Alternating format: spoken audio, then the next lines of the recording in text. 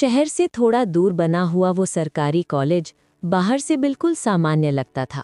बड़ी बिल्डिंग, चारों तरफ पेड़ और बीच में पुराना सा हॉस्टल। दिन में वहाँ हंसी मजाक, शोर और लड़कों की आवाज़ें गूंजती रहती थीं।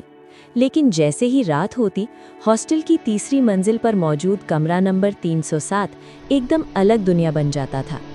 कोई भी उस कमरे में रात बिताने को तैयार नहीं था।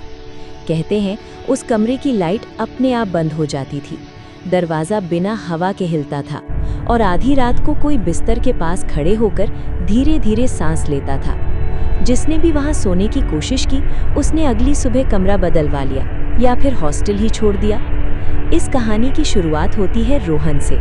नया नया कॉलेज में एडमिशन लिया था, शहर का रहने वाला, हॉस्टल लाइफ को लेकर बहुत एक्साइटेड। उसे भूत प्रेत की बातों पर बिल्कुल भरोसा नहीं था।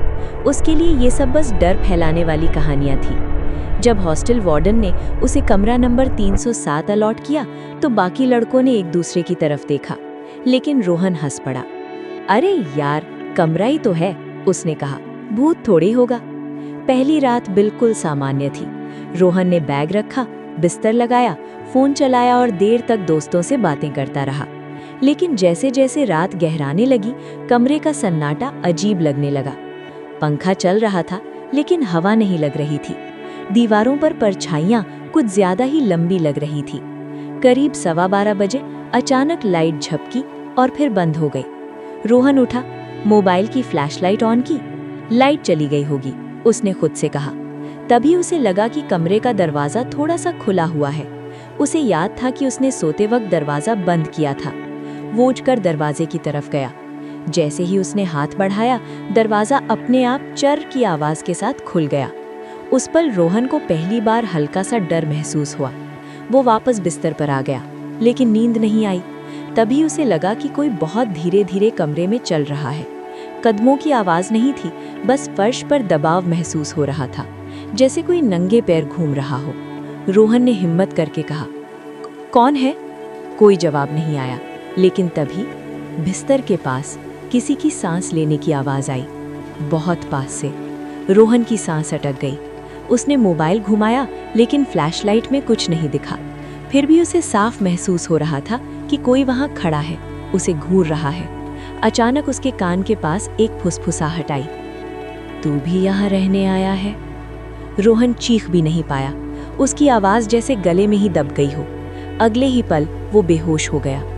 सुबह जब उसकी आंख खुली, वो फर्श पर पड़ा था।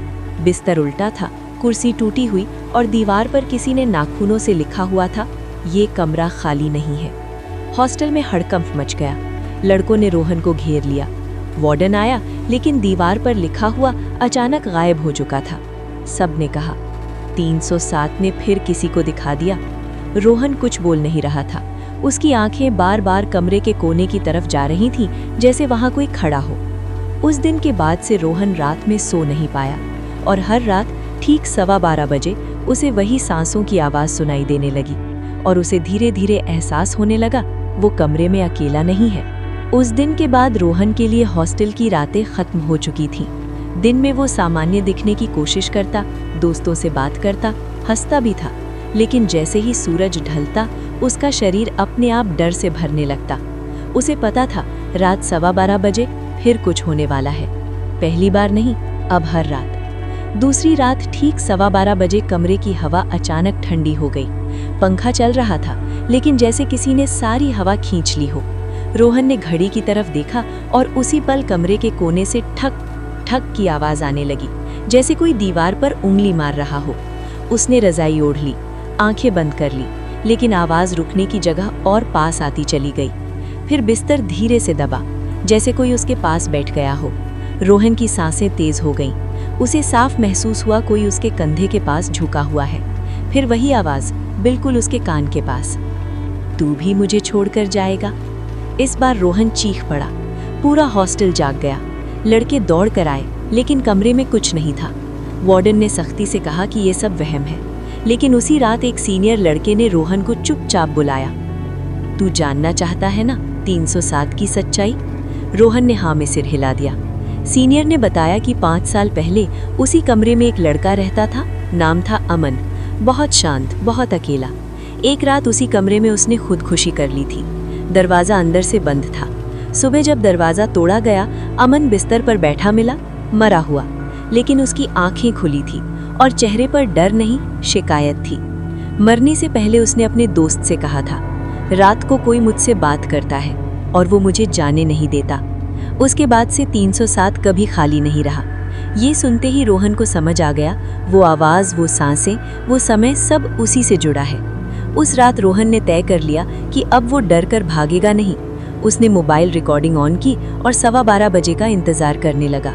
घड़ी ने जैसे ही समय दिखाया, कमरे की लाइट अपने आप बंद हो गई। रिकॉर्डिंग में साफ आवाज़ कैद हुई, रोहन। उसके सामने आईने अपने आप धुंधला हो गया। उसमें रोहन की जगह कोई और दिख रहा था, वही लड़का, अमन। उसका चेहरा पीला था, आंखें गहरी और आवाज़ टूटी हुई। मैं यहाँ अकेला हूँ, मुझे कोई चाहिए। रोहन समझ गया, ये कमरा आत्मा को नहीं, कमज़ोर इंसान को चुनता है। रोहन ने जोर से कहा, मैं तेरी जगह नहीं लूँगा। अचानक कमरे में सब कुछ हिलने लगा, दीवारें कांपने लगी, आईना टूट गया, एक तेज चीख गूंजी और फिर शांति। सुबह रोहन जिंदा था, कमरा 307 खाली था। पहली बार वहां सन्नाटा नहीं, सुकून था। लेकिन कहानी यहीं खत्म नहीं होती।